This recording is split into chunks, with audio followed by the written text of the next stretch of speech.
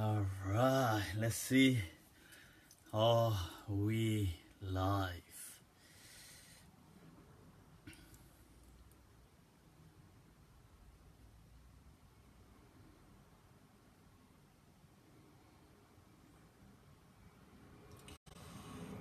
Right, so I'm just gonna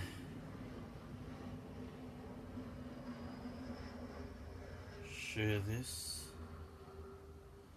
Un momento. Where's it gone?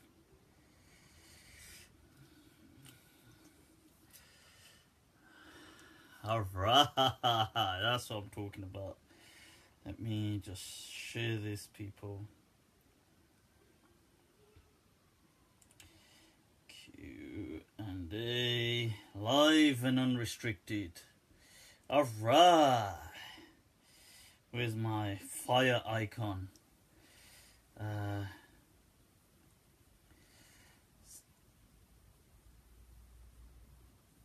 Right now, sharing that. That's what I'm talking about. That's what I'm talking about, people. Alright. إن الحمد لله وكفاه والصلاة والسلام على رسوله المصطفى وعلى عباده الذين ارتضى ومن بهداهم اهتدى وبآثار أهل المدينة اقتفى وبعد فسلام الله على القوم. أهلا وسهلا بكم. Bienvenidos a todos de nuevo, people. Welcome back. Huan Ying Laitzer, and as always, Swagatam, Swagatam. Right, so, how is it going? First of all, a belated, but a tahe dil se from my heart, Eid Mubarak to each and all. Right, hope you had an awesome Eid. Just chilling, that's the best thing to do, really, just chill, that's it. But I hope you had an awesome time. Somebody's asking, where's the Red Bull? Alright. You see, today I've actually had a lack of sleep, so this has got to keep me energized along the way, inshallah. There's my little mixture to mix it up. And what have we got going on today?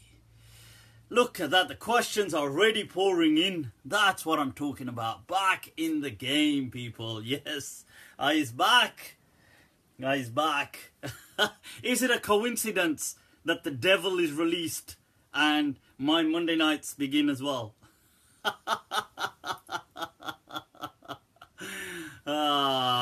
Well, let the fitan and fasad begin, people.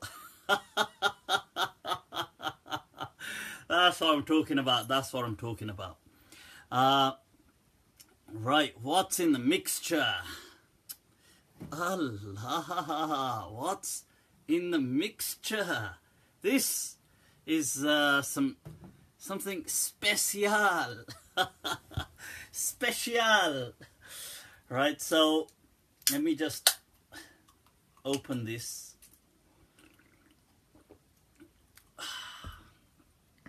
Allah, Allah, Allah. I have to repeat the beloved words of Ghalib, the legend and don of Urdu poetry, who says that Ghalib chuti sharab, Ghalib chuti sharab par ab bhi kabhi kabhi.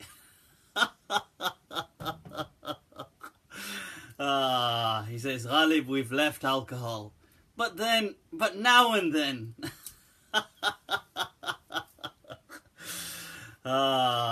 He said, what's that? Rose abar or shabe mahatab mein. Whenever it's maybe raining or it's a full lit moon night. Maybe now and then.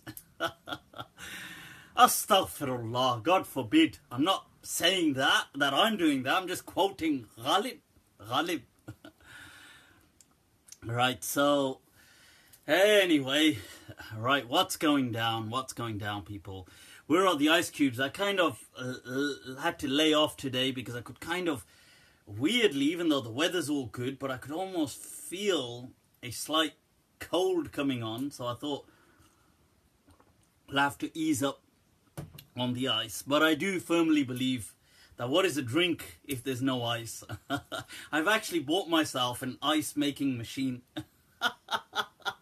How weird is that, people? That's how, you know, some people who are just totally obsessed by gadgets. That's how I am. Like, you could sell gadgets to me just like this. So I bought myself an ice making machine to make ice.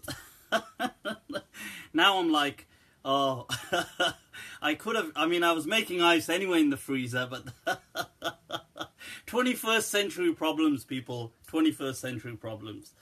But so what's going on? What's going on, people? What are the fitan and fasad saying? What are the masail? What are the fatawa? Hez Jamrock is in the house, people. Hez Jamrock. Alright. Nicholas Bitar. Alright. That's what we're talking about. ¿Qué tal? ¿Qué hubo? Ain't this supposed to be Q&A? Yes, fire away with your questions, people. Fire away with your questions. Right, that's what I'm talking about. ¿Cuál es tu pregunta? What's your question? His name's gone now. Shukran, shukran. I've got a few that we will be taking a look at tonight. We'll take a look at this hadith, which I wanted to clarify. 2 hadith. One is about learning poetry, where the Prophet said, I believe it's in Bukhari, about poetry. It's better for one of you to be full of kind of pus and all these kind of things, infections, rather than to be full of poetry. Now that's an interesting hadith because people use it to attack poetry. And there's another interesting hadith I want to look at a bit later on as well, and that is that it's about if that bad luck is to be found in 3. That a house, a mode of transport like a horse, it mentions in the hadith, and a woman. So what is this hadith on about? That these are potentially sources of bad luck. So what is this hadith? So we're going to take a look at that a little later on. Also, we're going to look at there's been some controversy. There's been some controversy. So we're going to take a little look at that as well, which is to do with our good pal, our friend, hello friend, Abu Ibrahim. Those of you who remember him from a few sessions back earlier this year, who tried to refute me using da'if hadith, da'if. Well, he's back. So we're going to talk about his little controversy on racism a little later on as well. So, which has taken the internet by storm. So we'll come back to that. Let's take a few questions, people. What's going down? Elizabeth saying, I do bring bad luck if you catch me before I've had my coffee. There are many sects in Islam. How can we unite the whole ummah through love and compassion? How does that sound? Through understanding, through tolerance. That's how. And by the way, this hadith that my ummah will split into 73 sects is a rejected hadith. Okay. Do not buy into that. A lot of people like to push that hadith to support their kind of sectarian view. And the truth is, this hadith is da'if. Okay, da'if, people. So, and it's been declared, in fact, fabricated by the likes of Ibn Hazm. So, this hadith, do not rely upon that hadith that my ummah will split into 73 sects. Okay. Muhammad ibn Muhammad Khalid Ustad, ahlan wa sahlan bik, ahlan wa sahlan bik. Da'if, we've got Bilal. Billy Boy is in the house, people. Billy Boy is in the house. does the multiverse hypothesis clash with Islam? Not necessarily, not at all. Right now, it's not certain, but there is a theory in that's gaining a certain amount of prominence within quantum physics. That, you see, where did the universe originate from? And there's an understanding that, like this universe, because you've got billions of solar systems into a galaxy, billions of galaxies into this universe. Now, the understanding originally was that this universe is one. It's a kind of unitary universe. But now there's an understanding that there may be multiple universes. And universes may somehow trigger, somehow in a weird way, that they may behave like how things behave at the quantum level. That maybe at that level, the cosmos level, they behave in a similar way. And that's what sprung this universe into existence. It's not, I mean, it's a bit fuzzy, the whole thing, but that's because the nature of this discourse is still fuzzy. And scientists are trying to work their way around it. There's no conclusive evidence or anything, let alone conclusive evidence. There is no certain evidence at all to say there is a multiverse, but it's a hypothesis that there could be. If there is or there isn't, it does not clash with Islam under any understanding. Okay, Soraya, ahlan wa sahlan. Those of you just tuning in, click like, people. Click that like and that share button. Get it out there, people. Get this, spread this love. Right, so we've got Mu'adh in the house all the way from Cairo. It is now gaining much more prominence, the whole multiverse theory. It is gaining more prominence, definitely. Should Saudi Arabia consider removing the Shahada, the Kalima, from their flag? Because their flag is printed. That's an interesting discussion. Should they remove... do they have to remove the... Sorry, I'm just trying to go into also the Q&A that I've been... questions that people have put on the post. I can, from one aspect, see the argument that people, because it's the name of Allah and it's the name of the Prophet and it's going to be on flags and it's going to be kind of printed in books and anything, and hence it could be trampled upon or disrespected, sacrilegious,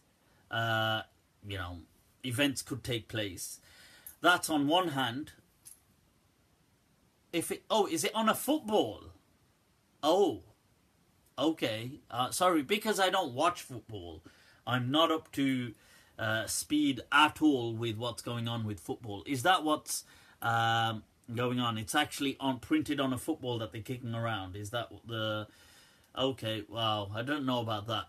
We've got Ustad Doc Imran is in the house. All right. Ahlan wa sahlan, ahlan wa sahlan. Fadi, ahlan wa sahlan from the Bay Area. Right. So if it's on a football, then I think they should have like an alternative to print on things like that, where it's not actually, but just something resembling like some squiggly lines or something to resemble the flag. It doesn't need to have, it shouldn't really have Allah and his messenger's name on a football, astaghfirullah, to kick around.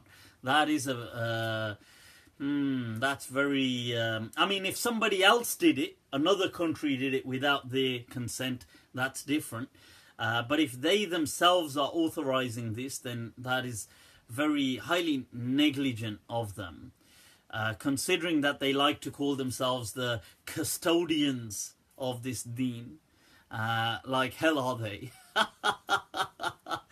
They're anything but the custodians of this deen. But nevertheless, if a different country had printed that, that's different. But if they have themselves printed that, then they shouldn't allow it to be like that, in my understanding. Are women allowed to drive? Hell yeah, women are allowed to drive. Why wouldn't women be allowed to drive? That is the most stupidest suggestion or so-called Islamic ruling. It's so-called, it's nothing to do with Islam, improvised by the Saudi state. It makes Muslims a laughing stock of the world that women can't drive. I don't mean can women drive actually, which could be another debate in itself, where I could maybe unleash, the feminists will unleash the hounds of hell on me if I said but I mean, you've got some of those videos going around where they've got women drivers. You know, if the Saudis had done that as a prank, I'd kind of then that would be that would be interesting. But unfortunately they think this is some kind of God-given law that God doesn't want. And you should read some of their justifications. Some of their justifications are like, when a woman drives, the vibrations in the seat will trigger sexual stimulation in the woman. I want to know what their seats have got. Do they fix all these kind of sexual gadgets on the seat? You accidentally sit on the wrong side and you're like, oh, uh-oh. Right. Okay, people, welcome to your side. I sat on the passenger side today, so unfortunately there's so is it true that men have a G? Okay, I'm digressing. Now, you see, so some of the justifications that they write are absolutely crazy. So they say women are going to end up having sexual stimulation, and some people say that they're going to, because they're sitting and they go through the turbulence whilst they're driving, so they're going to damage their ovaries. I mean, how far up are those pedals? I mean, to the Saudi cars, what do the Saudi cars look like? I mean, I want to know, are the pedals like coming right out? They're going to damage their ovaries. God damn, I just want to know who comes up with these kind of, justifications on behalf of the Saudi ministries. Can I apply for that job, please? You just gotta sit there and just write jokes, but in a serious way. And you gotta be just absolutely serious about them. You gotta be like, you gotta say it with a straight face. Anyway, that's all fun and games. Look, absolutely, in the time of the Prophet, in early Islam, women rode modes of transport.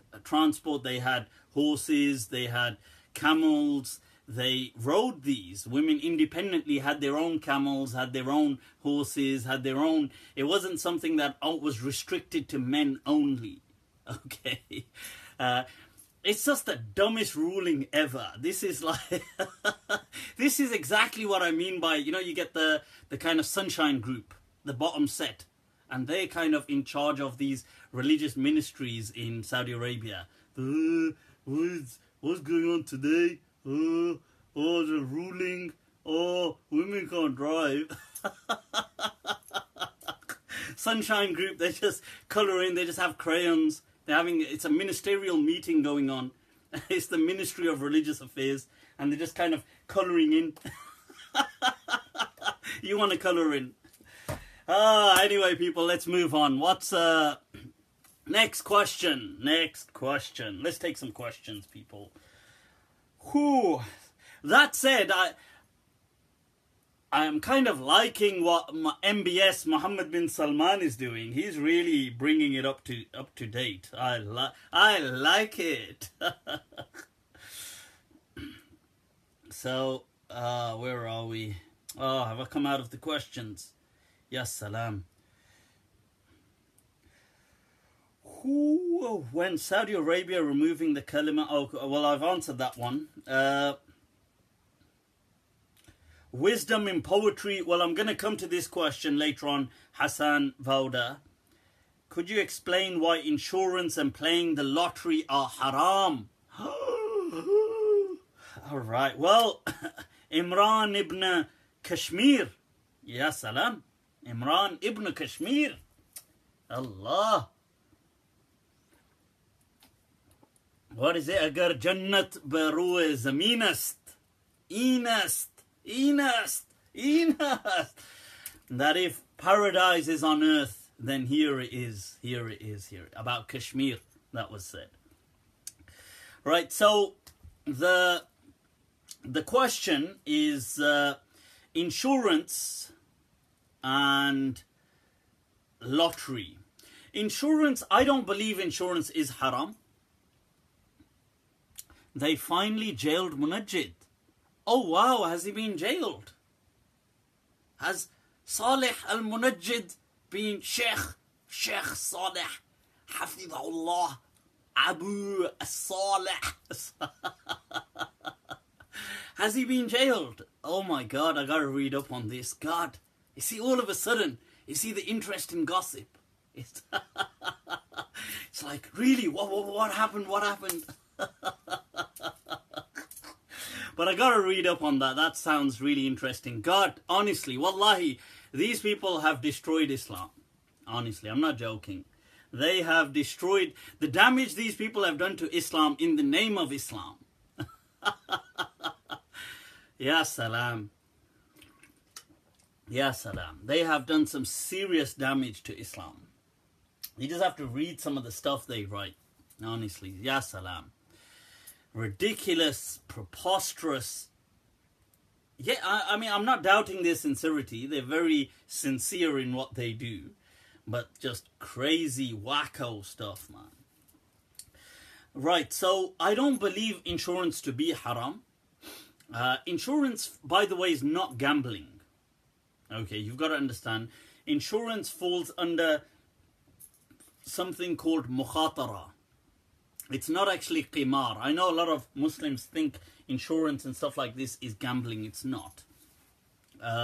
It's called like where you're risking your money because you are. Why they damaged Islam? Right. Okay, I'll come to the damage the Iranians have done was probably these guys. Why would you want to ride? Why would you want to ride an udder? An udder? Alright, okay. I'm not sure what that means. Why would you want to ride an udder? I don't know what that means. Right, so coming back to this question, then I'll come to some of those. Right, mukhatara is when you risk something. So if I want to buy a service from you, but the service may not be carried out, or it may be carried out. Now that's a risk. There's a chance I'm paying for nothing. There's a chance I'm paying for something. So this is called mukhatara, from the word khatar, which in Urdu is used as well for danger. But khatar in Arabic is used as well for danger, but it's also used for something kind of risky or important as well sometimes, or of grave importance in that sense. Now, so in that sense, insurance today, why would these things not be allowed in the past? If you analyze our Sharia, you will see that the Prophet ﷺ forbade anything that was built that could lead to disputes, strong disputes. So anything in the time of the Prophet that would have led to, because you have to remember, you see, there's certain things we take for granted now, and that is law and order within society. We take these things for granted. We assume that, oh, when there's a dispute, it's so easily settled, or there's always an ultimate authority. So something happens, we're going to call the police, or this matter is going to go to court, or this matter is... You have to remember, in the time of the Prophet, there was no such thing as courts. Okay, there was no such thing as police. Yes, they had a kind of decision making. I don't know if you want to call it a court. It wasn't really a court, but you had the chiefs of certain tribes who just gave rulings, like, we're going to kill you in place of this, or we're going to do this and we're going to do that. This was really just power being thrown around. And some of them may have been a bit more just than others, but that's not the point. It wasn't a justice system per se. And there was a lot of vigilante justice. So the Prophet forbade anything that led to dispute. Ma yufdi ila niza' muharramun shar'an. Okay, that is the kind of principle in the Sharia. So these things like mukhatara would have led to huge disputes. And disputes led to fighting, which led to bloodshed, which led to murder. So this was the kind of trail. And this is why a lot of these things were forbidden. However, in this kind of a society that we live in today, insurance policies don't lead to those kind of disputes. They operate within greater structures. So there are laws, rules, mechanisms in place where things are protected, rights are protected, there's things are put into... There's a lot, the whole structure, the whole narrative and discourse has changed. So to assume that we are operating in, like, let's say, in the same society that there was 1300 years ago is silly, because we're not. We're operating in a totally different world today. So in this society today, to take out insurance policies is not haram. And you would have to bring overwhelming evidence to demonstrate that it is haram. And to simply say it's mukhatara, once again, mukhatara is very broad. Right, so mukhatara is broad. When you say a risk, today people will say, well, that risk is mitigated. And the level that they're risking, they're comfortable in risking that. It's not something, like, so for example, you pay a certain amount of money and you could have an insurance policy for, I don't know, your mobile phone. It's a few pounds a month, but it's worth that hassle. And you don't mind spending a few pounds. You could be spending them buying a cup of coffee or 2 cups of coffee. And now you're spending them protecting your mobile phone against any loss. Now, these kind of things, in my understanding, the Sharia permits in our day and age. Okay. So that's as far as that is concerned. In terms of the lottery, now this is an interesting one. In my understanding, gambling, and in most people, as far as I'm concerned, generally, gambling is haram. Qimar, which is in the Quran. Because the dangers that gambling brings with it are ruthless. If people want to Google the kind of manner in which homes and lives and relationships and all of these things have been utterly destroyed, they need to just read up on the lives of people who become addicted to gambling. And gambling has an overwhelming addiction. It is incredibly powerful. And if you know anybody who's addicted to gambling, you'll actually see that. So gambling, I condemn. And I don't, and I would strongly advise people to seek help and move away from gambling. That is haram. However, is lottery gambling? That's the question. Now, that sounds like a silly question, because you're going to say, well, of course it is. You're going to say, well, you're gambling away a certain amount of money for a greater potential win.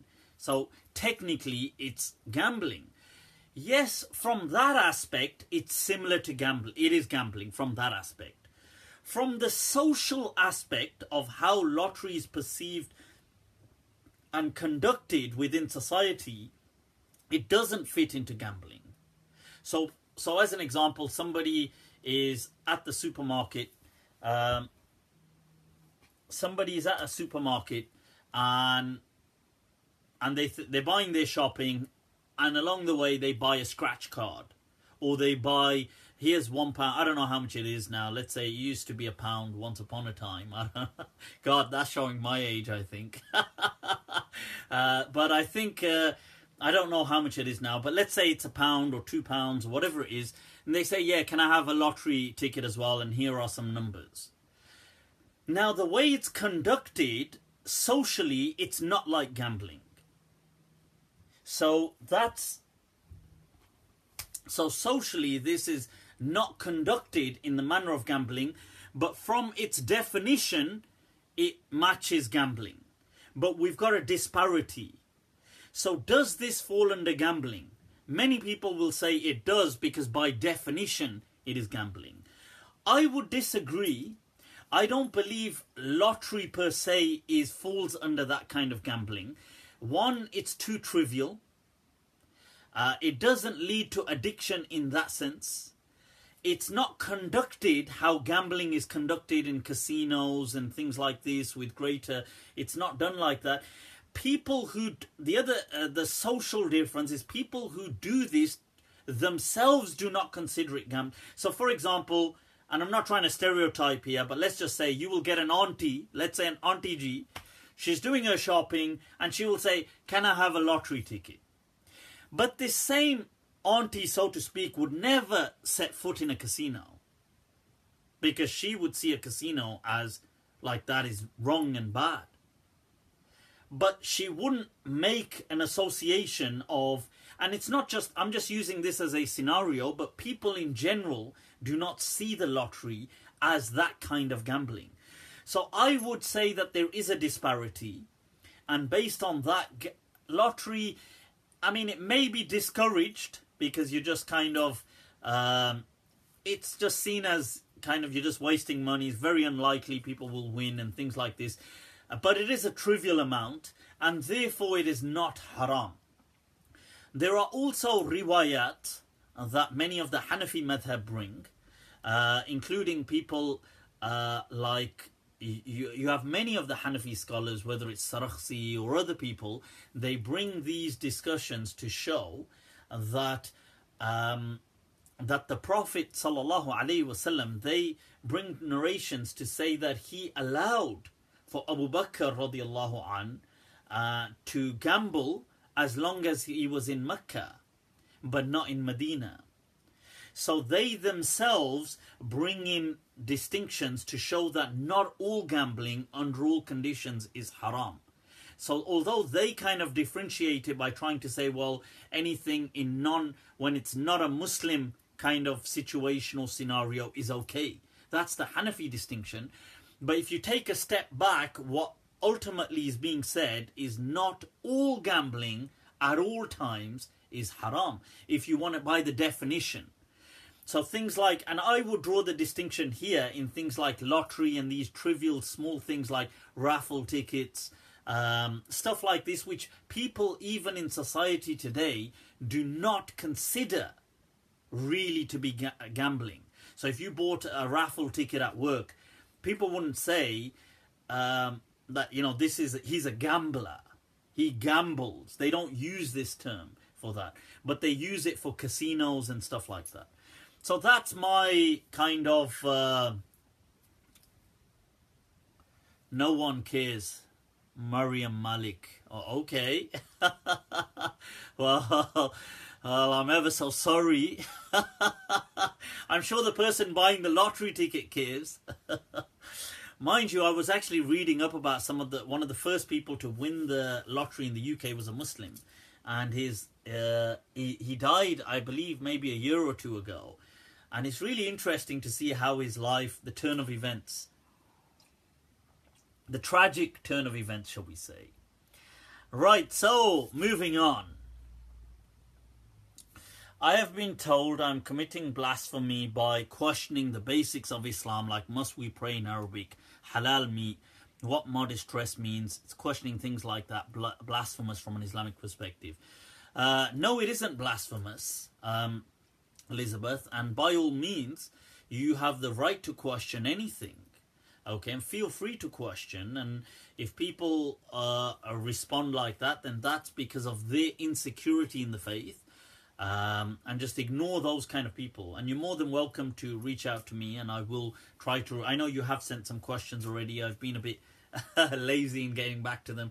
I will get back to you, but you have the absolute right, and anybody and everybody has the right to question to their heart's content, and that is what this deen is about. We shouldn't shy away from questions.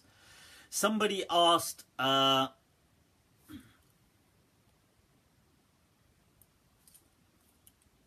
I'm not sure whether or not it was gambling, Saudi competition. Okay, I'm not sure what that is. Right, somebody asked about the 6 days of Shawwal, people, the 6 days of Shawwal, the hadith which is in, it's generally, I believe, in Bukhari and Muslim, that man sama Ramadan wa atba'ahu sittam min Shawwal, or in another riwayah, man sama sittam min Shawwal, whosoever fasts 6 days in Shawwal, فَكَأَنَّمَا صَامَ الدَّهْرَ كُلَّهُ, it is as though he has fasted the entire age or time. The interesting thing is, most of the people do recognize that these 6 fasts to be virtuous. They then disagree amongst themselves. Do they have to be consecutive? Many of them say they don't have to actually be consecutive, but they can be 6 days from within Shawwal. Imam Malik, however, rejected this narration and said that he found the scholars of Medina and the practice of Medina to not recognize this practice, and he saw this as an innovation almost. Personally, I'm in line with the Don of Medina, Imam Malik, on that. I don't actually, probably just too lazy, to be honest with you, I am. So I definitely don't practice the Sittam min Shawwal. I don't personally see them to be of much virtue, but I recognize for other people that want to do them, that's fine, they can do it. I wouldn't object to people doing it. And, you know, they're more than well. And many later Malikiya did, out of trying to be politically correct, they also kind of bowed the knee, if you like, towards the other madhabs in kind of acknowledging the virtue of these 6 days. But the early madhab didn't recognize it. Neither did Imam Malik. Right, so can I give examples about the people damaging Salih al-Munajjid and these people? It's many things. I mean, there's so many examples. You just have to see how they justify. In the past, I've actually quoted several of their things. I've quoted examples of even blasphemy towards the Prophet, how they will endorse several things that are blasphemous. They will just say it doesn't really matter. You can say this happened to the Prophet. What's the big deal? Even this the sexual impotence thing. They kind of support these kind of views when it comes to the Prophet. They many things, countless things. If you see when Salih al-Munajjid also endorsing that the Ash'aris, or Ibn Taymiyyah's statement that the Ash'aris, or Ibn Taymiyyah voices it, echoes it, but allegedly some people before him had said it too, that the Ash'aris, which is the majority of this ummah, are the kind of eunuchs, the kind of she-males of of this ummah. Basically, that's the majority of the Muslims. Once again, this kind of stuff, this kind of rhetoric, and the fatwa, countless fatwa you have to go through, you know, the way they encourage things, the way they'll encourage drinking camel urine, the way they'll encourage things like they're stupid, like women can't drive, the way they'll say things like dumb stuff like how the earth is generally flat. Although Munajjid himself, I'm not sure whether he endorsed the earth being flat. He endorses the other stuff. But if you see their things on when they say, oh, when aeroplanes fly and if the earth's rotating, then it just needs to stand still, and dumb stuff that they attribute to Islam. Countless things that you just have to read their kind of harsh approach towards this deen, on how people of heresy who they declare to be heretics, how they must be boycotted, how everything is haram in Islam almost. They've destroyed, honestly, what the damage they've done to Islam is, in the meanwhile, in the interim right now, it's irreparable. It's irreparable right now. For the foreseeable future, it will take, I don't know, maybe it may not, but it seems like the damage they've done is so deep to Islam. They really have kind of gone to it with pick and axe, really. All with good intentions. I don't deny that their intentions ain't good. But it's basically, and this isn't to kind of call out sects, but it's basically just Wahhabi preaching, which is just like my way or the highway, and everybody, and they hate reason. And to them, the more removed Islam can be from reason, the better. Their websites, I've got to give it to them. They have done a tremendous job. They have killed it. They have killed it in their internet game. Their internet game is on point, people. Honestly, if you want to learn how to get your Islamic understanding across, learn from these Saudi Salafi scholars. Honestly, they are on point. They are on point, people. I'm serious. They can kill the game. Their opinions are everywhere. Their fatwa always come up. They have invested money. These people know how to play the game. Right, so what's Yusra saying? Not from the sunnah. I'm not sure what Yusra is saying there. That is that are you just making a statement like, I'm not from the sunnah? I don't know what that's supposed to mean. That's nipa ba beard. I don't know what that means. Nipa ba. Iranian. The Iranian too. The Iranian government and the Iranian state. I don't mean from their politics side, but from their religious side, have destroyed Islam as well. Definitely Shia Islam, but also, you will see a huge number of ex-Muslims happen to always be Iranian. Seriously. And you speak to some of these, or you listen to some of their lectures, and the hurt that they carry for Islam, because of who made them. There was that on Facebook, there was Burn the Quran Day. It was an Iranian project, and they had the Iranian Farsi hashtag about Burn the Quran Day, and you had girls and women and men, they were burning the Quran. I saw it on social media. They were just ripping it up and chucking it into a bucket and burning it. And really, it's not, when I see things like that, it doesn't anger me as much as it hurts me. Because it hurts me that why do these people think like that about the Quran?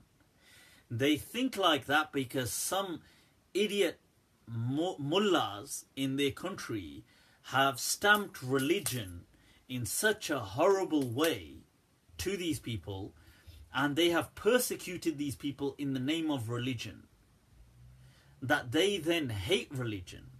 So who's to blame? I don't blame these people. I blame the people that are misrepresenting Islam. That it's their fault.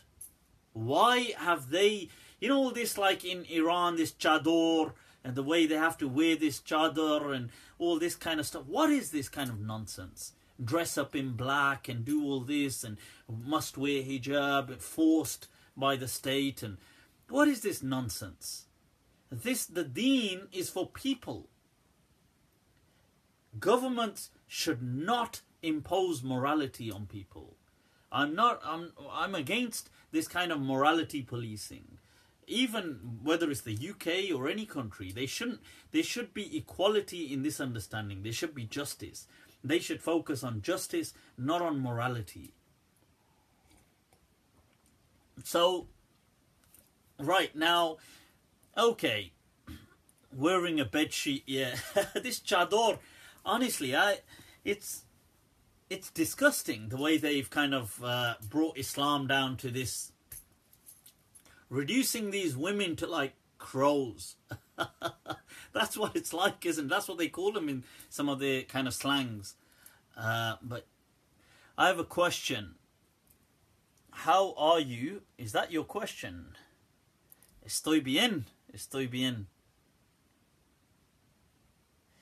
To the Saudi government around the Kaaba, was it possible to see the 4 maqams? Why were they destroyed? And it was possible to find the... I'm not sure what the question is, C.A. Solomon. You see, Hisbah, the truth is that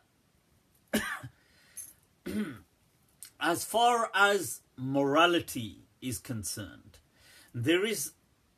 I'm speaking about imposing morality.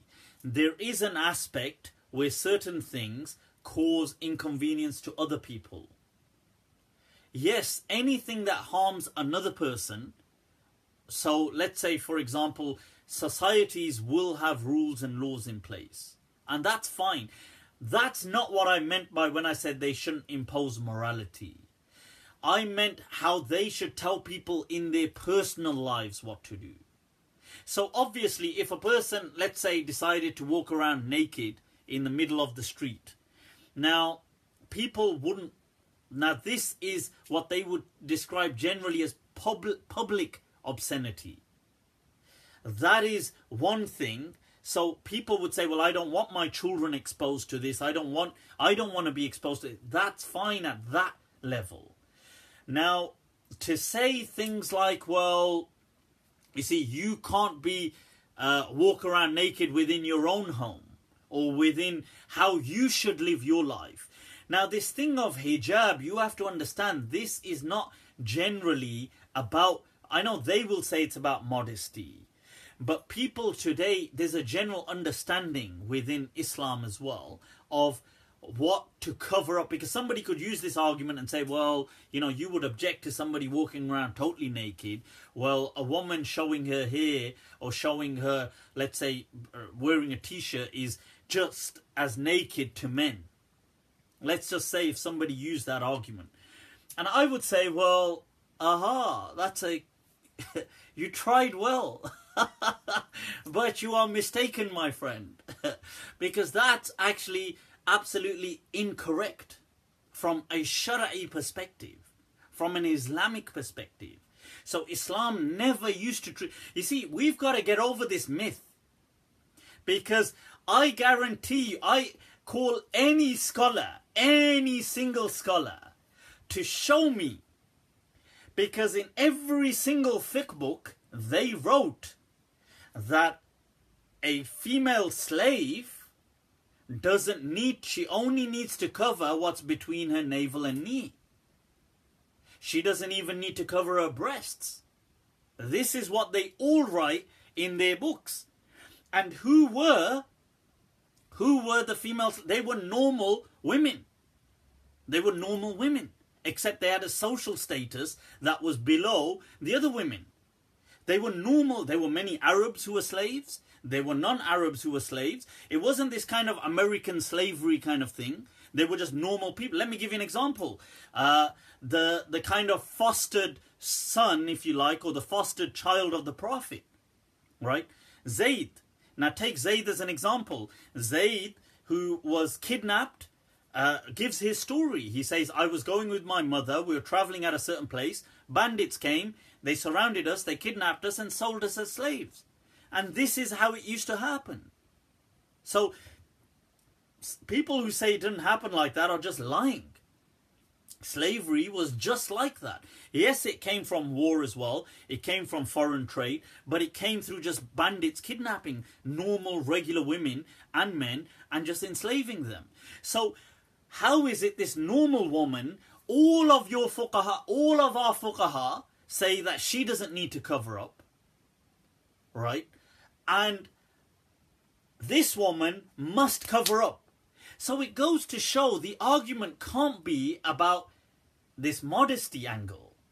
Because if it was about modesty and about this social morality, then all women would have had to, if you were taking this angle that, oh my God, but if I see a woman's shoulder, I'm just going to go berserks. I'm going to be like, I'm going to totally lose control. And I'm going to go around on this berserker mode.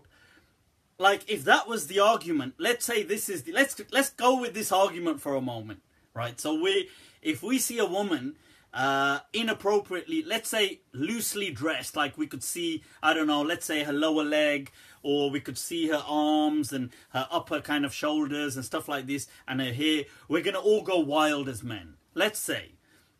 Then, in that case, why were all the women slaves allowed to do that? Because they were still women. So, you're telling me, and it's utter BS if somebody's going to say, oh, well, they wouldn't have the same impact. Of course they would. What kind of a stupid argument is that? Of course it would. A woman is a woman. So, unless the guy is full-on gay... unless he's gay strong, if it's a woman, it's a woman. So it's going to have the same anatomical, biological, chemical reaction. The guy's not going to be thinking, what is her social status? Oh, now I'm going to get all sexually activated because she's got a higher social status. No. So this goes to show that there's either this ruling was never to do with social morality, or we've got a huge double standards game going on. So we've got to start to understand, and I can tell you I could pick any book of any madhab, and their scholars have said the same thing. And I'm not making this up. I am in fact saying that is utterly unacceptable. And Ibn Hazm, amongst a few scholars, was some of those scholars that condemned this ruling and said, what on earth are you guys on about? Why have you got a totally different system for slave girls? Because they're still women, and so either because they saw this as a social morality. So, but most of the scholars never recognized it. So anybody who's going to object and say the state ought to authorize because this is about social morality, then how do they answer this? Anyway, I've opened that can of worms. I'll just leave that right there to just fester and and don't get me started on the other marketplaces where they used to buy these slave girls, what they used to do. What's in the fiqh books? How they used to purchase them. We all know about that. Anybody who's read those fiqh books. See, so this is what I mean. So we need to be objective people. We need to stop having double standards. And we need to be real about things. And in today's day and age, it's known, like, people generally dress in a particular way. Now, certain things by societal norms are seen as modest and seen as okay, casual clothing. It may not be your utmost religious clothing, but people can be advised. You can do targhib. You can tell people, look, it's good to do this. You will get reward from Allah. You will this, that. But you shouldn't impose. Okay, right. So let's move on, people. Let's move on. Okay, let's take a look. Right. Shall we move on to this... I'll tell you what, let's take one question, and then we'll move on to this controversy. And then we'll come back to some other, the hadith, and then some other questions.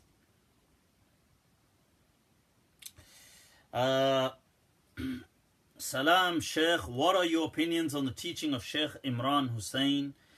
I don't really know too much about his teachings, so I can't really comment. Can you clarify the rings on women fasting Shawwal? Rings or rulings, maybe it meant to say. Well, I've answered that.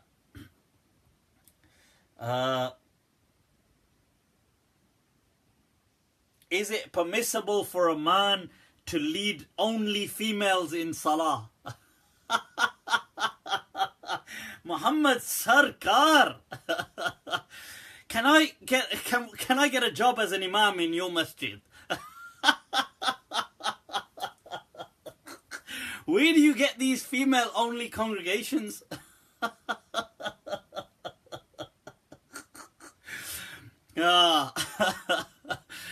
All these guys are just applying for jobs to be an imam there.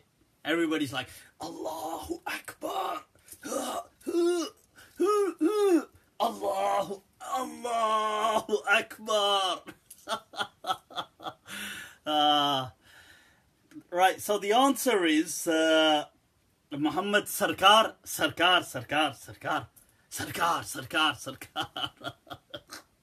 Amitabh Bachchan from the Sarkar movie. Right, so the answer, Sarkar, is yes, you can. Sorry, he had actually put there at home. Right, so, right, the answer is, even if it's outside, a man can lead women in salah. That is absolutely fine. Don't worry about it. Don't worry about it. So, there is a debate on Facebook that the Shia are not Muslims and they are enemies of Islam. Some quoted that Imam Bukhari declared, I don't see any difference between praying salah behind a Shia and a Christian or a Jew. Astaghfirullah. Look at this. Look at this. This is nonsense, people. We need to really move away from this kind of Sunni Shia divide. Honestly, I was thinking about this during Ramadan. I don't know what led me to thinking about it, but I was thinking about it and I was thinking, well, what is really the big difference between us and Shia? In my understanding, it's really just political. It's our views on historical politics. That's it. But I mean, put that aside, what is the difference really? If the Shia and some of the Shia, by the way, there's many Shia. I actually wanted to share a video. Somebody sent me a video and I forgot to share it. It was in Urdu and it was by a Shia who was saying, and he was quoting all these Shia scholars like Sistani and all these other Shia scholars, saying that it is haram to curse the symbols of Ahl Sunnah.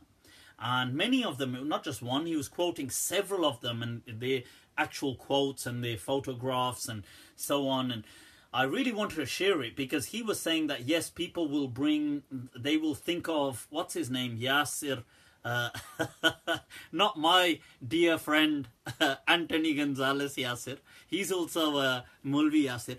But there's another Yasir as well, the Shia Yasir I think his name is Yasir al-Habib or something. But he's very foul-mouthed. Curses the Sahaba and stuff like this non-stop. Insults the wives of the Prophet.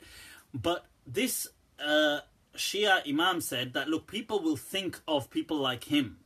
But you got to remember that he said they don't represent us. And they are the equivalent of how we get within Sunnis, we get takfiris, who call everybody a kafir. And we have that as well within Ahl Sunnah. By the broad understanding of Sunnah, we will have many Muslims who are takfiri. I mean, not the majority, but we'll have Muslims. Now, if Shia started to represent us through them, we would say, hey, well, they don't represent us.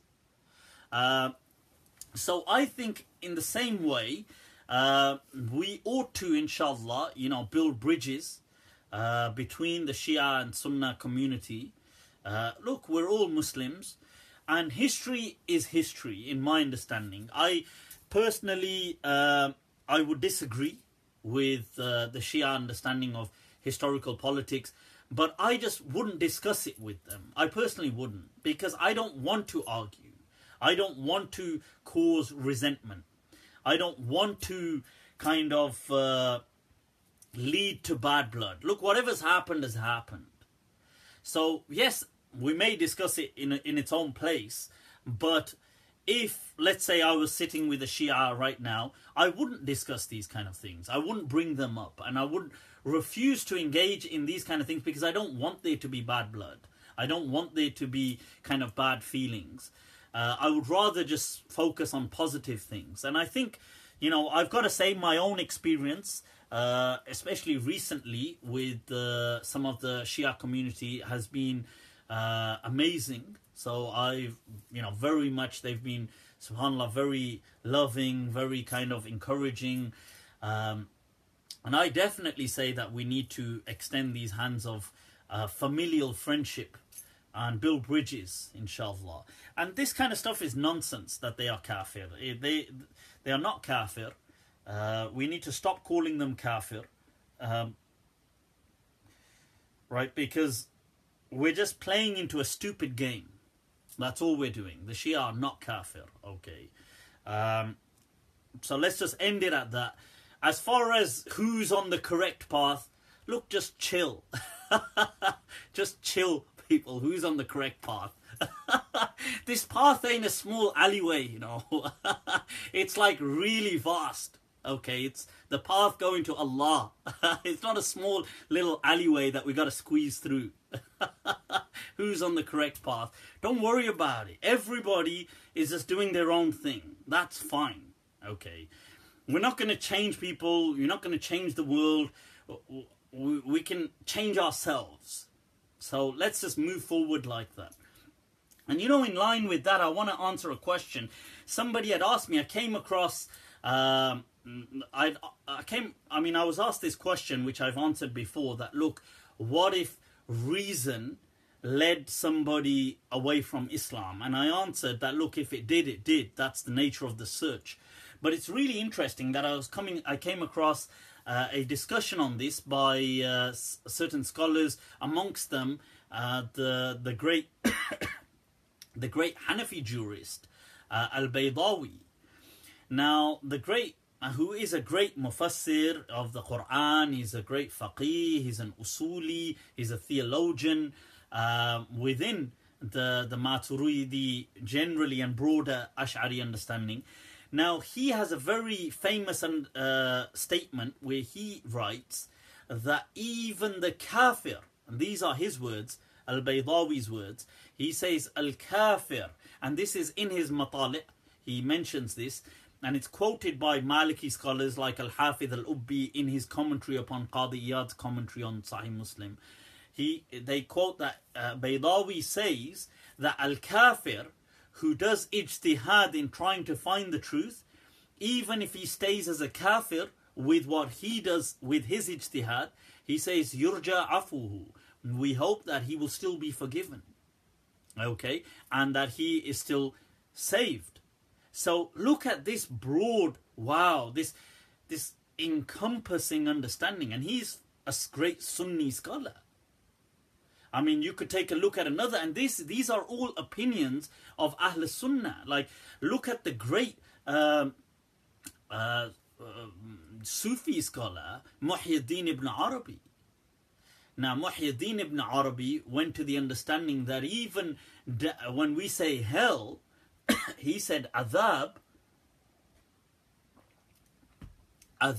actually comes from the word, because in Arabic it comes from the word udhuba, sweetness. So he said adhabu jahannam is actually still a reward. But it's only a punishment in comparison to the reward that the people of Jannah will get. That it's a lacking or a lesser reward, and therefore it's an adhab respectively. Because he said the word adhab meant sweet, it came from udhuba, from a sweetness. And he uses, and look, I'm not saying you have to believe that, but I'm just presenting to you, he's still part of the Sunni tradition, is he not? I mean, people call him Shaykh al-Akbar, the great, Shaykh of all time, like the Sufi Shaykh. he used a verse of the Quran that on the day of judgment, those people who disbelieve, the munafiqeen, that they will say, unzuruna, that wait, like give us respite or wait for us, naqtabis min nurikum, let us take from what the light, what you've received, the salvation. فَضُرِبَ بَيْنَهُمْ بِبَابٍ, that there is a door that is struck between these people, the believers and the disbelievers. That there is this wall and a door, barrier that is struck between them. But Allah says that بَاطِنُهُ رَحْمَةٌ وَظَاهِرُهُ مِنْ قِبْلِهِ الْعَذَابِ. He says that from within it's actually a mercy, but apparently it looks like an adhab. Now he used this verse of the Quran to say, now I'm not doing this, he is doing it, Muhyiddin ibn Arabi. Main thori na keh raha hoon baba. It's not me, it's Shaykh al-Akbar Muhyiddin ibn Arabi. He said that, look, this verse of the Quran is hinting to this, that really the adhab is a rahmah. That's an understanding, I'm just saying. It's still, is it not part of the Sunni tradition? I would say it is. It's still part of the Sunni tradition. As is Ibn Taymiyyah and Ibn al-Qayyim saying that hell will freeze over. That's, still part of the Sunni tradition. As is Fakhruddin al-Razi in saying, look, Allah doesn't have to send anybody to hell. As is Ibn Rushd, who says the Akhirah is really just a sense of kind of consciousness. And that kind of... are these not all part of the Sunni tradition? They are. So why limit? When the person said to the Prophet that, may Allah have mercy on just me and you. And the Prophet said, لَقَدْ ضَيَّقْتَ وَاسِعًا. That wallahi, that he said, the mercy of God is so vast and you've restricted it so much. So that's what I'm saying. I'm not saying that any of these are necessarily right.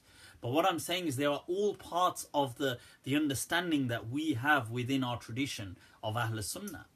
Now, we have a popular approach, but these are all parts of the approach. Right, so let's move on, people. Right, so what's been happening in Birmingham Sharif, people? Birmingham Sharif. Right, so guess who's back, folks? Guess who's back? Those of you just tuning in, click like, click share, get this out there, people. So our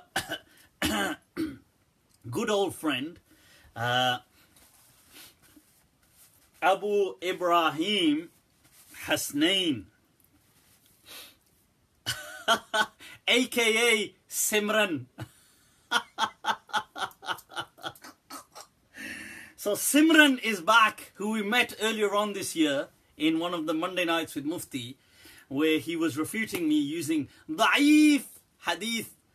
So the Raqi, the Exorcist, was apparently on, I think it was Ladypool Road or somewhere anyway. He was in Birmingham on one of these roads, trying to preach out on Eid Day, preaching to the masses, the Muslim, the youth.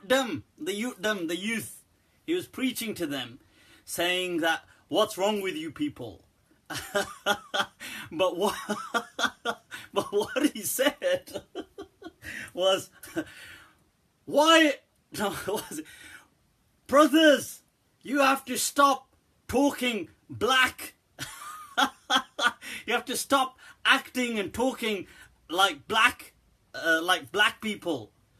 That you are from decent families. Oh my God! Can you believe this?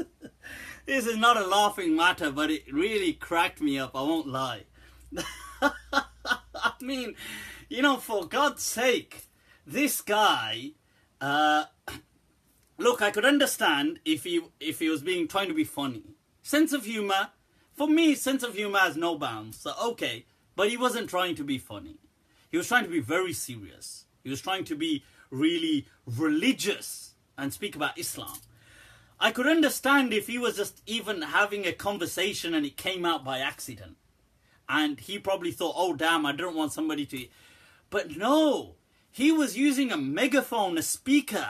A loudspeaker. He wanted everybody to hear this. And he was saying, stop acting black. Stop talking black. What on earth is he on about? I'm serious. What on earth is he on about? And then this gets picked up. It goes viral. He then makes an apology, which, oh my God.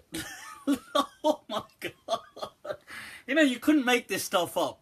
Because if you were getting, like, let's say this is the equivalent of him being caught with his pants down. This is the equivalent. That's, okay, that's my humorous analogy. But now, if he's going to make an apology, just come out and just apologize. Just say, look, listen, okay, for being the idiot that I am. Oh, I know, I was possessed.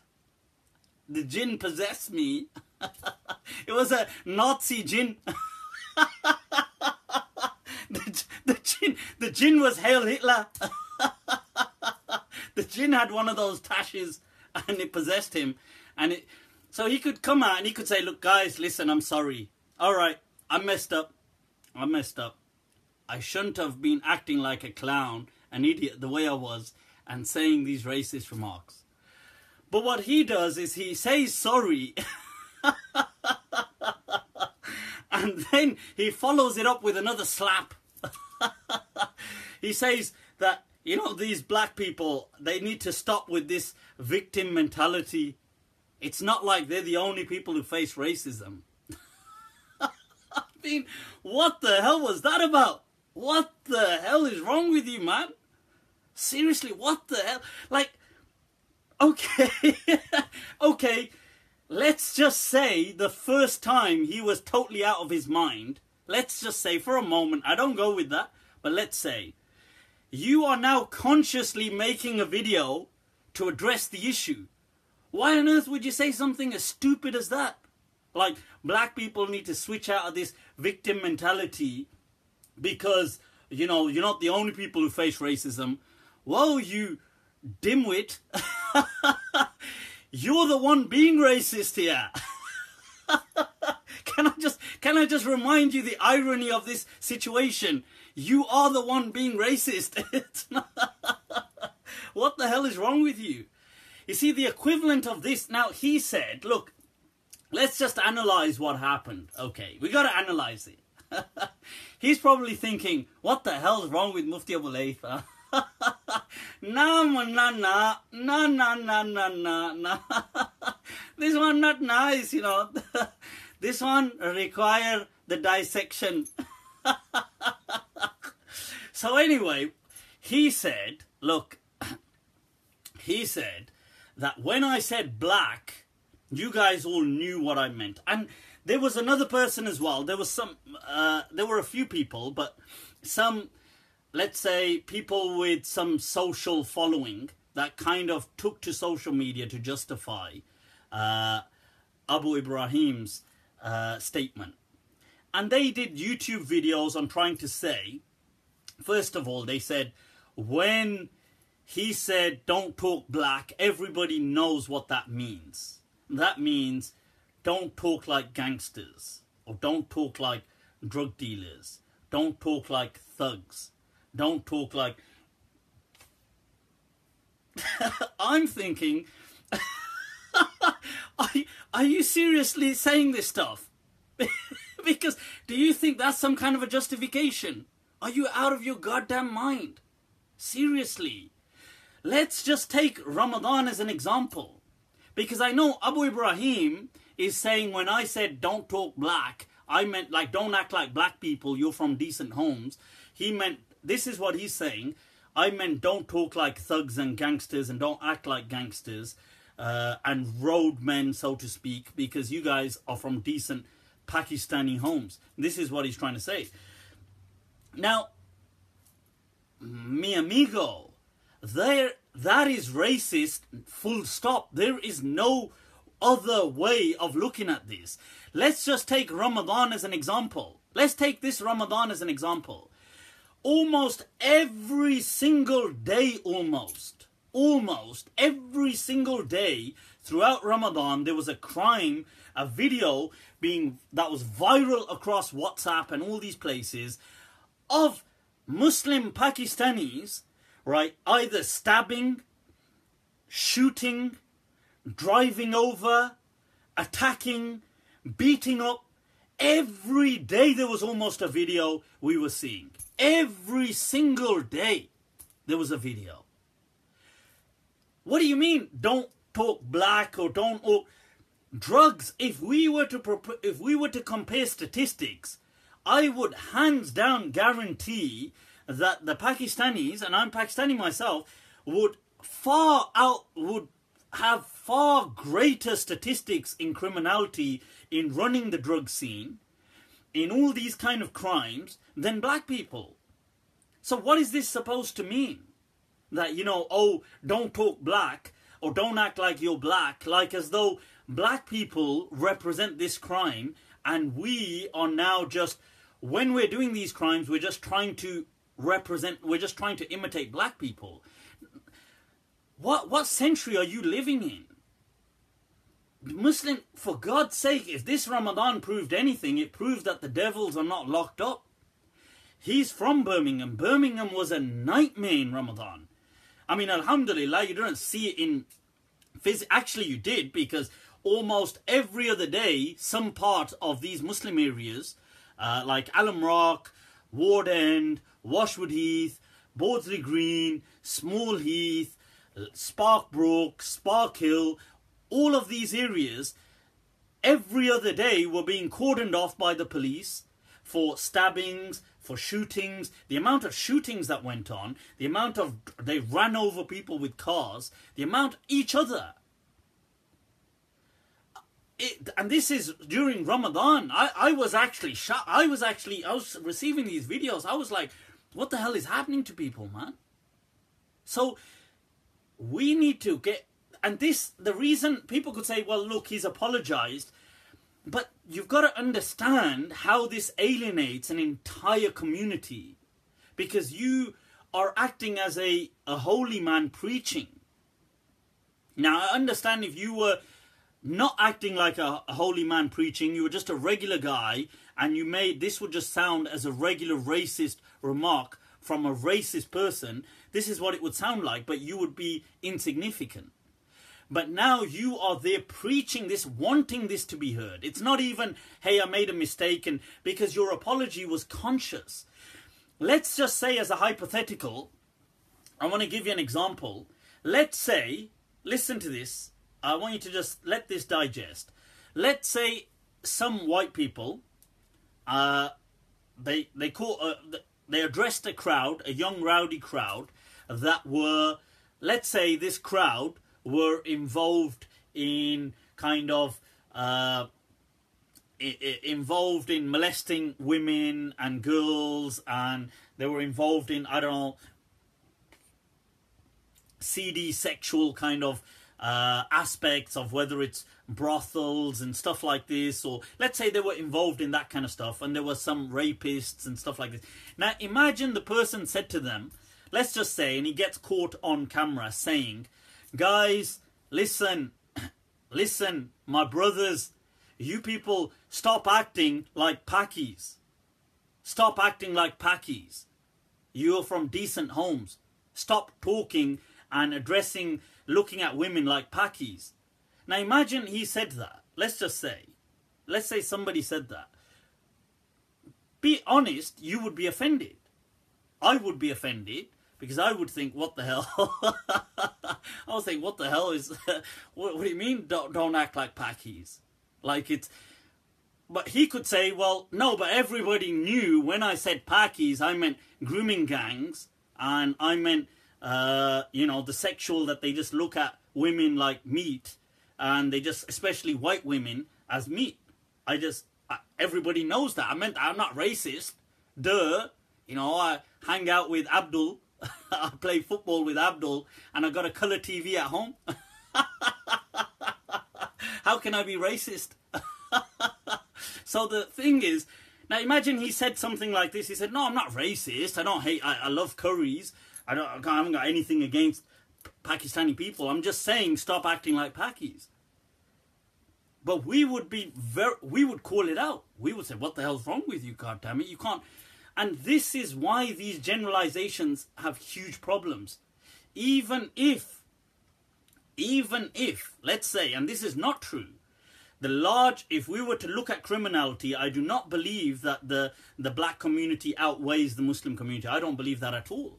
I believe, in fact, unfortunately, Muslims are running a lot of the drug scenes. They are running a lot of these kind of criminal behavior and far outnumbering other communities, including the black community. But even if it were true, even if that were true, you still can't make these kind of generalizations. You can't say, all right, people, stop acting like black people, or stop acting like, because then that's the same thing when they say, or treat all Muslims like terrorists, or they treat all Pakistanis like sexual groomers, or they treat all, and this is a stigma. This is really, it's a disgusting stigma that is only in the last few years because of the media.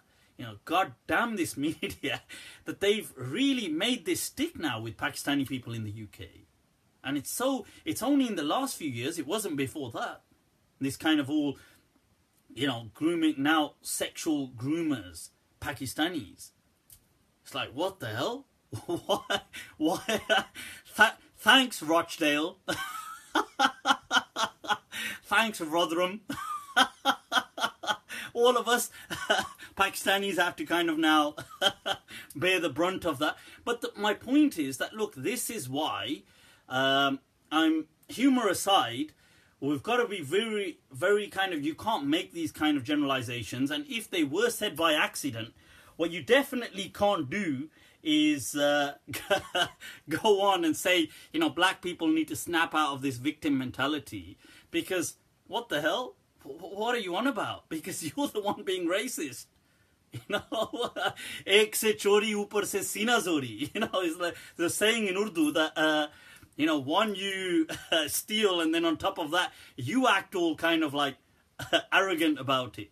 So what is this? So Abu Ibrahim, what is your issue with black people?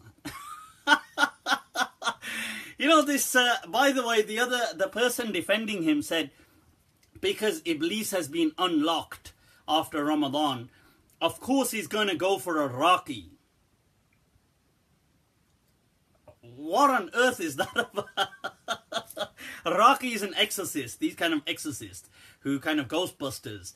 Let me tell you something, right? This kind of exorcism is nonsense, okay? It does not exist. It's fairy tales and superstition that these people are preaching against Islam in the name of Islam.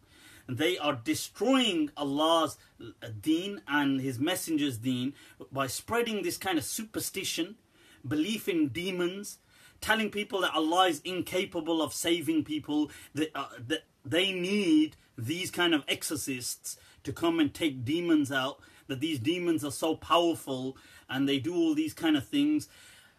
They stop, I would say I would just stop that short of saying this is a lower form of shirk almost. Seriously, ascribing all these power to these demons and ghosts and nonsense, myths, right? Nothing, right? Send all your demons this way. Seriously, nothing but fairy tales that they preach in the name of Islam. And somebody was referring to him as sheikh. What kind of sheikh? What sheikh? How is he a sheikh? He isn't a sheikh. I'm just being honest. Like, I'm not saying that to diss him. I'm just being honest. The guy, he hasn't studied Islam. You know, not authentically. I'm pretty sure he doesn't even understand Arabic. And he quoting da'if hadith to me last time. Huh? Zaif hadith wale wabio. Right, so this is, and this Iraqi business is all false anyway. So if the devil, trust me, the devil loves exorcism because it's all fairy tales in the name of Islam. It destroys the iman and the mind of Muslims. It makes them live in superstition. And this is what Islam came to remove. So yeah. And to Abu Ibrahim, mi amigo, my friend. You know, there's a Bollywood song, an old one, okay, that goes, हम काले हैं तो क्या हुआ दिल वाले हैं. He says that so what if we're black but we're lovers? That why? What is your problem, Abu Ibrahim? Tell us, who was she? That who was she? What was her name? Huh? or who was he? You never know these Iraqis now, you know, Ghostbusters. All, but what was it? Come on, what? Huh? Huh? Abdurrahman? Huh? Anyway, right, enough fun and games. But that's my message to Mr. Ghostbuster, right? Well, inshallah, have fun. Spread love. Spread love. Love, not this hatred and bigotry. Cool, people. That reminds me. Let's take a look at some of these hadith right now. I'm seeing Omar, ahlan wa sahlan, shukran. Fiyaz, ahlan wa sahlan, shukran. Remember to like, subscribe and share these videos, people. Who are you gonna call? Ghostbusters, that's who you're gonna call. These people, man, destroyed Islam, wallahi, destroyed Islam. And their beards, honestly, I don't want to get personal, but personal. I don't want to be personal, you know. But, you know, this one not nice, you know, this one. But still, anyway, let's go away. Let's move. Let's leave. Let's leave our fellow friend to do some courses in building bridges. Right, community bridges. But yeah, let's see. And the funny thing is they do all of this and, you know, and then they get their women to dress up all in black. What's up with all of that? Imposing black on the women. And then if you don't like black, what's all of this, huh? Why this contradiction, huh? Why this? So Abu Ibrahim, Mary Jan, behave, you know. Right, so now, people, let's take a look at a hadith. Now, there is a famous hadith.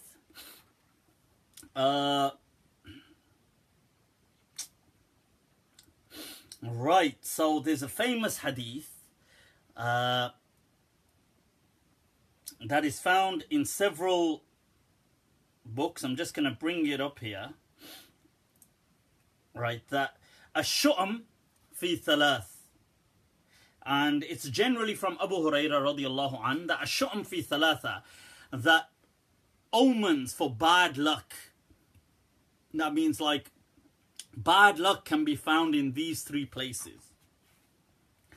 And the hadith says fiddar, in a home.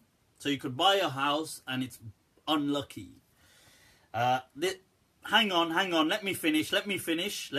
I'm not saying this is the case, I'm just reading. Wal mar'a, and a woman. Not that you could buy a woman, but you could be with a woman and maybe she's like a kickboxing expert and therefore it's unlucky. No, that's not what I meant. But this wording says she's unlucky, bad luck, or in a horse. I don't know how that's, but obviously in that day and age it meant transport. So today maybe a car, I don't know. But the hadith says a horse. So these three. This is a very popular hadith that many people, it comes in many books, and it's in Sahih Bukhari as well, it's in Sahih Muslim as well. Now, right, now the interesting thing is, people have asked, is this hadith true and what does this hadith mean? Now, first of all, I would respond by saying that, relax, this hadith is utterly false with that understanding. Okay? And we need to understand how things have sometimes gone wrong in our amazing legacy of Islam. So this is a hadith which we have. Now, how do we know it's... Now, this is a book written by a great scholar, Zarakshi, who was a Shafi'i scholar, Badruddin Zarakshi, almost about 600 years ago. Now, in this particular book, he's compiled several narrations from Aisha radiallahu an. Right, Muhammad Jahangir Chaudhry saying, before lecture, make yourself perfect. Okay, Jahangir, for you, I make myself perfect, okay? Wait there.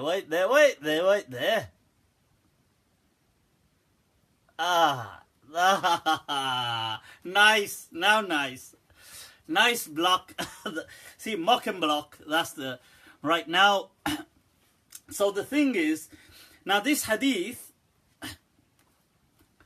it's found in all these books. In this particular book, by the way, this scholar has compiled several refutations of Aisha radiallahu anha, the wife of the Prophet, in regards to several ahadith that have been transmitted by the companions, that she corrects, amendments and corrections made by Aisha radiallahu anha. Okay. Now it's really fascinating. Now let's take this hadith as an example. The hadith that Abu Hurairah transmits, he says that ash-shu'm fi thalatha, fi dar wal mar'a wal faras, that bad luck is in these three: a house, a woman, and a horse. In another hadith you've got in Bukhari, that you see it's actually contradictory, because it says la adwa wa la tira, there is no communicable diseases, there's no contagious disease. This is what the hadith says. And there is no superstition, and indeed bad luck is in these three. So what a contradiction. Wow. How can it begin by saying there's no superstition and then follow by this? So let's take a look. The interesting thing is Aisha radiallahu anha, you have Imam Ahmad and several other people bring the narration from Aisha radiallahu anha that she heard this being said by Abu Hurairah, that people told her Abu Hurairah said this. Now she said that she heard that Abu Hurairah said that the Prophet said that indeed إِنَّمَا الطِّيرَةُ فِي الْمَرْأَةِ وَالدَّابَّ وَالدَّارِ, that indeed bad luck is with a woman or a beast, like transport, or a house. فَطَارَتْ شِقَّةٌ مِنْهَا فِي السَّمَاءِ وَشِقَّةٌ مِنْهَا فِي الْأَرْضِ. And it says that she lost her cool. She absolutely flipped and went totally lost her cool in response. And she said, قالت والذي أنزل القرآن على أبي القاسم. She says, I swear by Allah that he who revealed the Quran upon the messenger of Allah sallallahu alayhi wasallam, ما هكذا كان يقول. He did not say it like that. ولكن النبي الله يقول, but the messenger of Allah said. Now there's variations of this narration. He says that in this one, كان أهل الجاهلية يقولون, that the people of Jahiliyyah would say that bad luck was with these three. And in another narration, she says that the Prophet of Allah said, لَعَنَ اللَّهِ, may Allah curse them. And in one narration, he said that the Jews have said it as well. But these pagans of Arabia, may Allah, the Prophet said, curse them. They said that there's bad luck in a woman, and bad luck in a house, and bad luck in a horse. That may Allah curse them. This was the complete hadith. Now just look at that massive distortion of an understanding. That wow. That where did that ruling go from one place to a totally different direction? Here was the Prophet condemning and cursing these people for saying that, you know, may Allah curse them, that they say that a woman is bad luck. And here, Abu Hurairah radiallahu anh, she says, only heard the last part, or this is what he's transmitted, and he's just transmitted that part in his understanding. Maybe that's all he heard, that there is bad luck in a woman, in a house, and in a horse or in a beast. Now look how massive, and see where the direction of Islam then goes. Because here's this understanding that leads then to misogyny. Now can you imagine all the men or all the people over time that then have said to, let's say to their wives or to women that you are bad luck.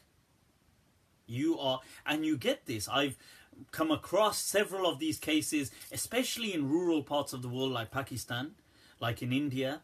They do this. They call women manhus, which comes from the Arabic word nuhs, which means cursed, and they bring bad luck.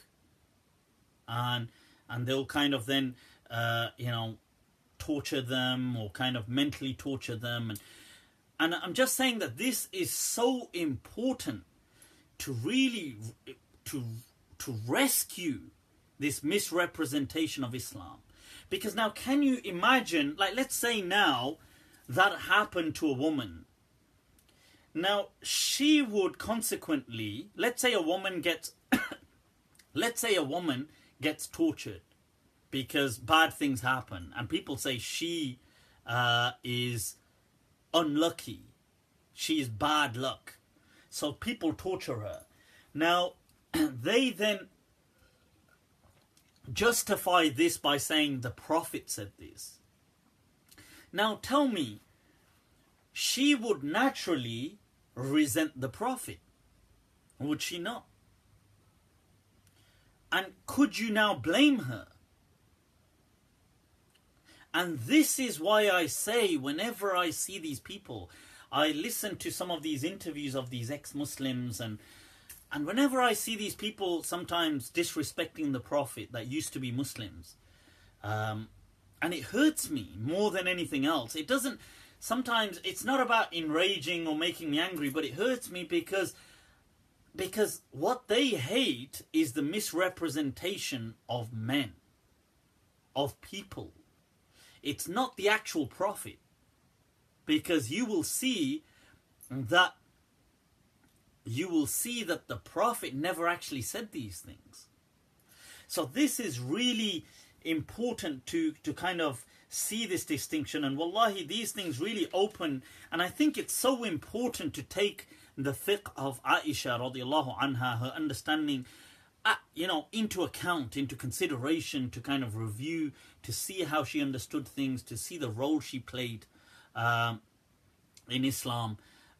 Really, because that's what the Prophet said as well. He said, "Khudhu nisfa dinikum," take half of your deen from this beautiful woman, from Humayra, min Hadi al-Humayra, and that was his wife Aisha, because she was really keen on learning and transmitting the deen. So that's one thing. I want to take us to another hadith as well. And once again, it's an amazing, it's an important point, and that is this hadith that is transmitted by Abu Hurairah radiallahu anhu again, and I believe this is in Sahih Bukhari as well, and it's in Sahih Muslim as well, I believe, that Abu Hurairah said, the Prophet said, لَأَن يَمْتَلِئَ جَوْفُ أَحَدِكُمْ قَيْحًا وَدَمًا خَيْرٌ لَهُ مِنْ أَن يَمْتَلِئَ شِعْرًا. That if one of you becomes a vessel, a container of infections and blood and pus and all of these horrible things, it is better for him than should he become a vessel or a container of poetry. Now just look at that. Wow. That is like, that's in Sahih Bukhari, that's in Sahih Muslim, that's got several chains going through Abu Hurairah radiallahu anh. Now look at this, poetry is such an amazing, in fact, there's another hadith that inna min ash-shi'ri la hikmah, indeed wisdom lies in poetry. And poetry takes people to such higher realms almost of consciousness. It takes many people to God. You know, that is the thing of poetry. Ya salam. I mean, now, and the Prophet himself admired poetry, and the companions loved poetry. So how is this possible? Now look, Aisha radiallahu anha, it's transmitted that,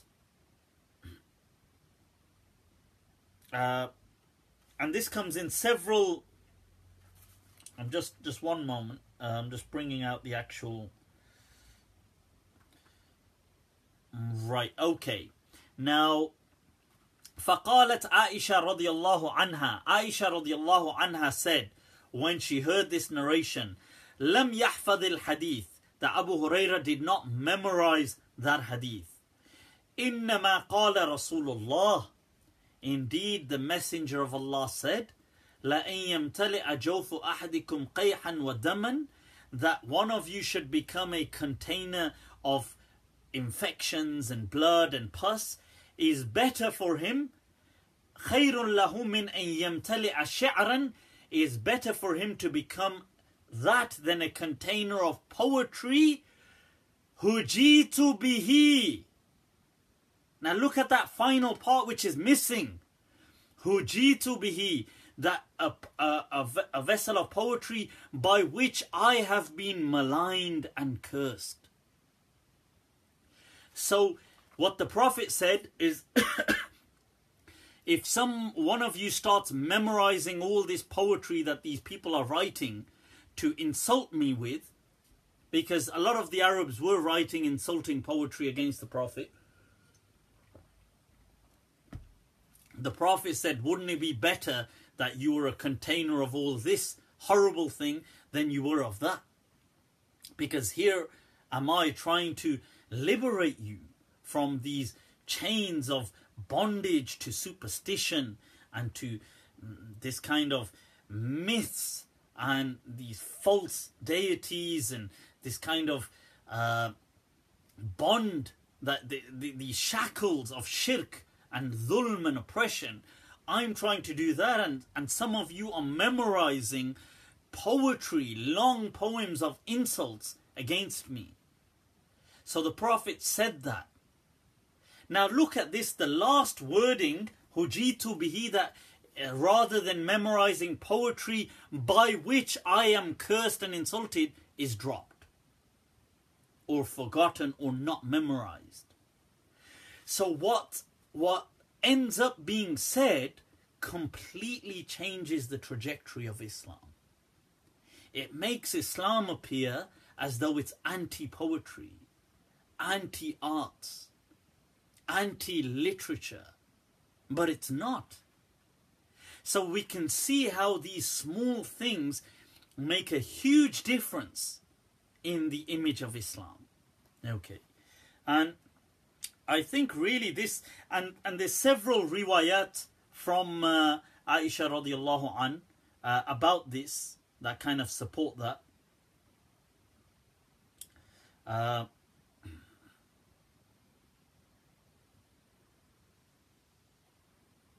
And you know, several things, and I totally love, that's one of the things, amazing thing, there actually, a lot of them are collected in this book.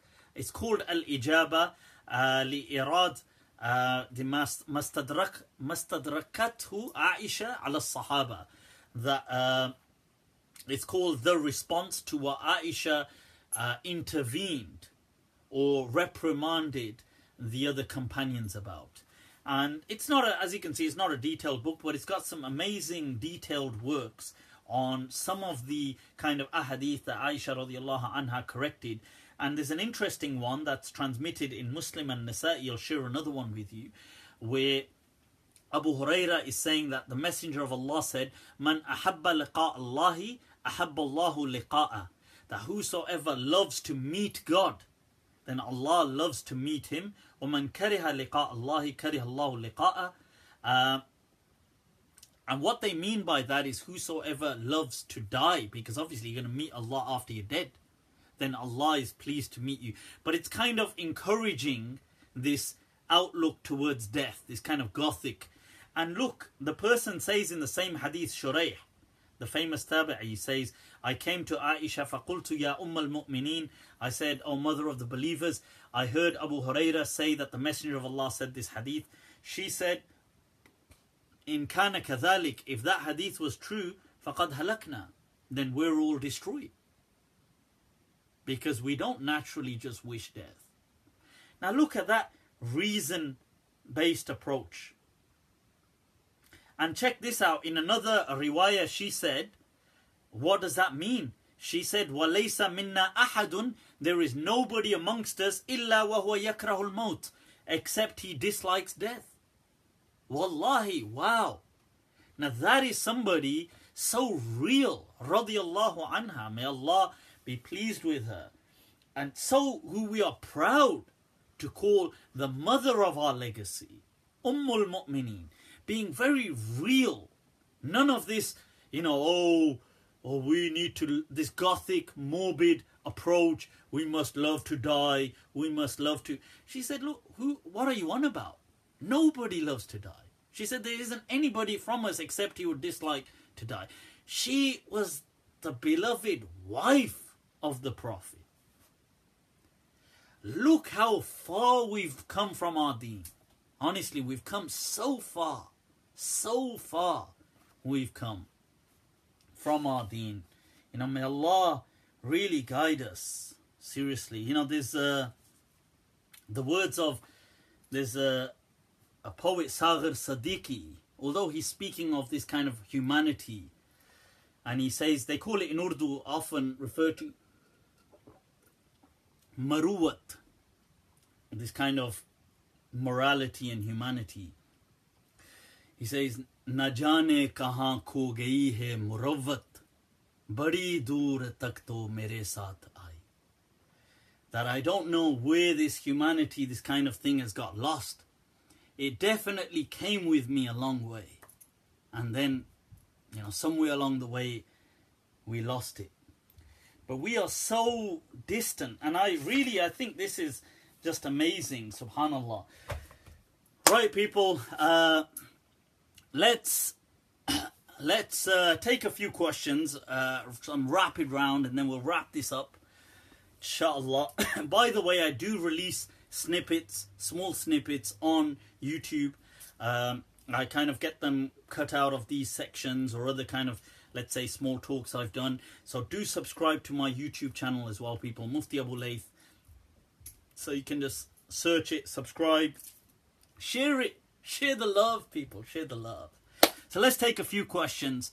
What do you think of Abu Ibrahim's comment? Oh, I've done a whole half an hour dedicated to na munna na.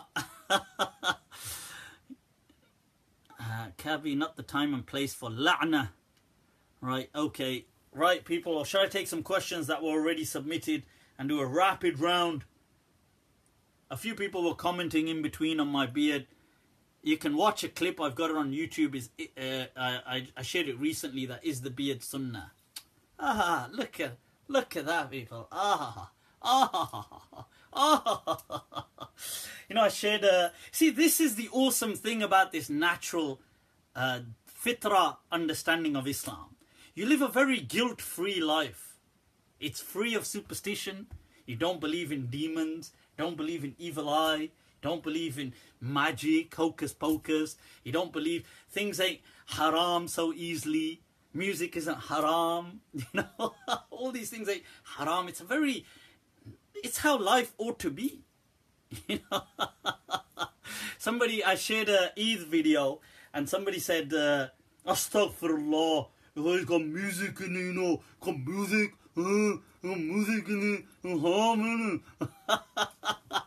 I said, just chill, bro, chill, bro. On this side of the fence of Islam, it's all good. You know, it's all good. Don't worry about it. It's all good.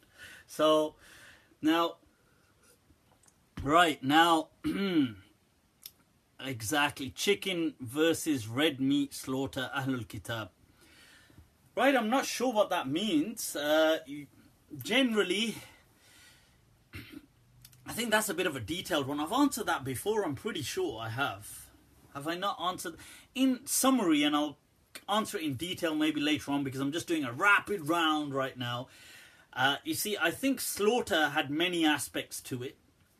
It had the first feature was sacrificing for the sake of God. It was a ritual. Second was a social feature of identity. I think today Muslims are amongst only the few people who do sacrifice still to God. Most people don't. So although the first ritual feature is now just there only as a ritual, it's not there really about shirk anymore because other people don't do that anymore. Generally speaking, some cultures may, but throughout the world, most people no longer sacrifice to other gods.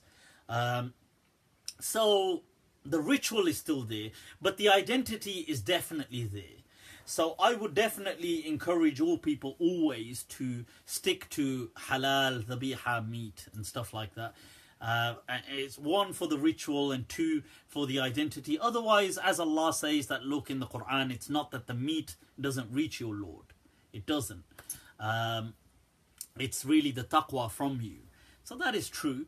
And hence you see why in the past they never had any kind of slaughtering of wild animals, because wild animals were not offered to the gods.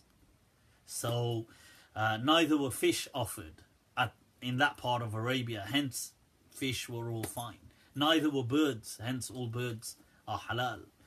Right, people, what are the question? I will definitely stay on this side of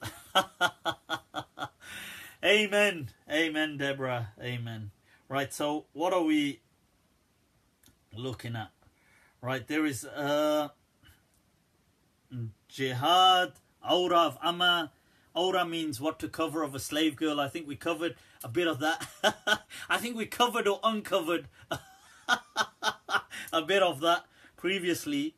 And hurra, a free woman. Oh, is that what it is?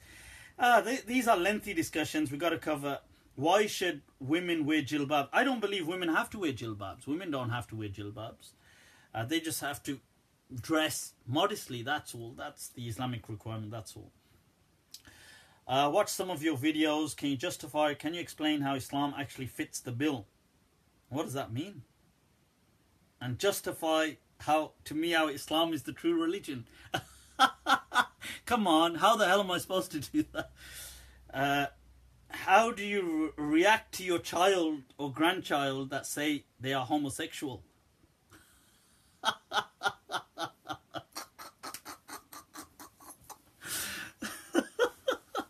Oh my God, that's not a... You know, once we were sitting with a friend, there were a few of us, a while back, and somebody said to him, what if your son comes home and says, Dad, I'm homosexual? So he, in a kind of bout of rage, said, huh? I'll castrate him. Obviously, you know, just as a reaction, he said, castrate him. So... So we said, yeah, what if he says, yeah, that's okay because I'm on the receiving end, it's okay.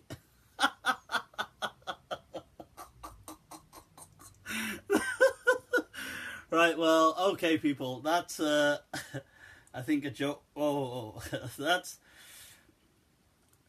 humor getting out of control. So let me control the humor. Wrap this. How should you react? I don't know how to react, to be honest with you. We're living in very interesting times. I think people need to understand as well the psychology of certain people, what they're going through. When people are, we have to understand that Islam doesn't teach homophobia, although generally speaking, Islam doesn't condone homosexuality. With some differences, some scholars did say it was okay, but the majority of the people rejected it. As a general practice, although many Muslims practiced it. This is the double standards that we have, you see. So many Muslims many, like it was such a wide, in fact it was like an aristocratic practice, so everybody kind of used to look up to it. But they practiced it with much fluidity, and I think this is another problem that we've got in this day and age, is that homosexuals, I feel that for them it's become an identity issue. And this is a crisis of the 21st century, that people want to define their identity through their sexuality. So, you see, they see themselves as a light switch effect, like, now I'm stuck. And then they really are mentally so stuck. Because they... And it's not just about sexuality, it's about their whole being, and existential identity is defined through their sexuality. And I just find that so... I think that's way over... I don't think our existential reality and identity should be defined through our sexuality. I mean, no matter how good the sex is, it shouldn't be defined. It shouldn't be your whole identity or your whole existence hangs on the balance of your sexuality, of how or who you have sex. That should never... And I think this is something, the homosexual community, if I can call them that, have kind of really, I think, I mean, I disagree with what they've done here in trying to kind of really emphasize this. And I think they've, personally, I would say they've gone wrong in defining their whole existence through their sexuality. And I think there's no need to be so dramatic about that. But that said, I think Muslims, we need to make sure we're not... You see, we have to move away from this kind of homophobia as well. And we have to recognize that, look, people... there's you can't force somebody to do something. If somebody said they're homosexual, what can you actually do? Now, what can be done? This is the question. Truthfully, what could be done? If they're homosexual, what can you do? You're not gonna... What are you gonna do? Force them to... let's say it's a guy, you're gonna force him to marry a girl. And what good is that gonna do? He's just gonna ruin her life as well. Because she's gonna be like, my husband isn't even interested in me. Unless you marry her to a she-male. That's a joke, not a solution. Now people are gonna just quote me here. And say, look what Mufti said. Mufti said this. But seriously, if you married, let's say, this homosexual guy off to a girl, you're just going to ruin her life. And that's not fair on her. So, unless he's bisexual. But, so the point is that what is the solution? And there's nothing you can, you can't really, some people in the part, before, they would say, yeah, he needs to man up. Send him to the gym with loads of men. So he's just in the changing room with loads of men going, yeah, how was your workout, bro? And he's just loving it. That must be like paradise for this person. So obviously those days are... these kind of solutions don't work. So what can a person do? I think there's nothing you can do, unfortunately. I mean... so this is... The whole thing is a mess. There's no solution. Like I said, this whole homosexuality thing and defining your whole existence through your sexuality, I think, is a huge mistake that the homosexuals community have kind of have made, and this is what they've pushed. I think, as far as rights are concerned, they should be treated just like normal human beings. They have exactly the same rights as every other human being, and that's the kind of things they should have pushed. But as to kind of defining everything through their sexuality, I think it was a big mistake. But they've done it, and now they're all stuck. All these people. Because it's just everything. Everything is about being gay. So, yeah. Souls don't have gender. No, I don't think they do. And hence I said that's an interesting thought in the Akhirah. You know, there's a Hanafi scholar. By the way, there's a Hanafi scholar, Ibn Nujaym, who writes that he writes that, and he's quoting, I believe, from some earlier Hanafi scholars, saying, what if a person, the question is, a person says, what if in paradise I want to be gay, homosexual in paradise? So what will happen? So he actually says that, he entertains this question, and he says, well, there will be one of three things. Either God will give you then guys to be homosexual with. Now check this, these are great Hanafi scholars of, like, he's from about 400 years ago at least, who's writing this. He says either Allah will provide you guys to be homosexual with, or he will remove homosexuality from you so you wouldn't have the desire, or he will provide you a guy but he's a girl from beneath.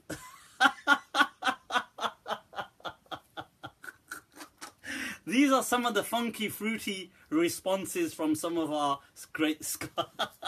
No, he was a great scholar, though. He was. I'm not belittling his scholarship, but but that's what kind of a cheat is that? So it's a guy, but he's a girl underneath. And imagine it's the other way around by accident. You get a surprise. You're like, whoa. What? Isn't this paradise? Well, that's enough humor, people. Right, let's wrap this up. Let's call it a night, people. You know what? If you've got any questions, reach out to me, folks. Like my page, by the way. Subscribe to my YouTube channel. You can Snapchat me on Malm 2014, MALM 2014. Twitter, all of these things. Instagram. I gotta move with the times. with the millennial generation, these younger generation. So anyway, guys, you can do all of those things. Inshallah, reach out to me. Any issues next week? I will probably be doing the Q&A on just as a one-off on Sunday coming up, as opposed to Monday next week. Just as a one-off, right? So, but I'll announce it before that anyway. But cool. Other than that, people, as always, you've been absolutely awesome. All right, nothing but absolute love for you guys. Take very good care of yourselves. Till next week, inshallah. Assalamu alaikum wa rahmatullahi ta'ala wa barakatuh.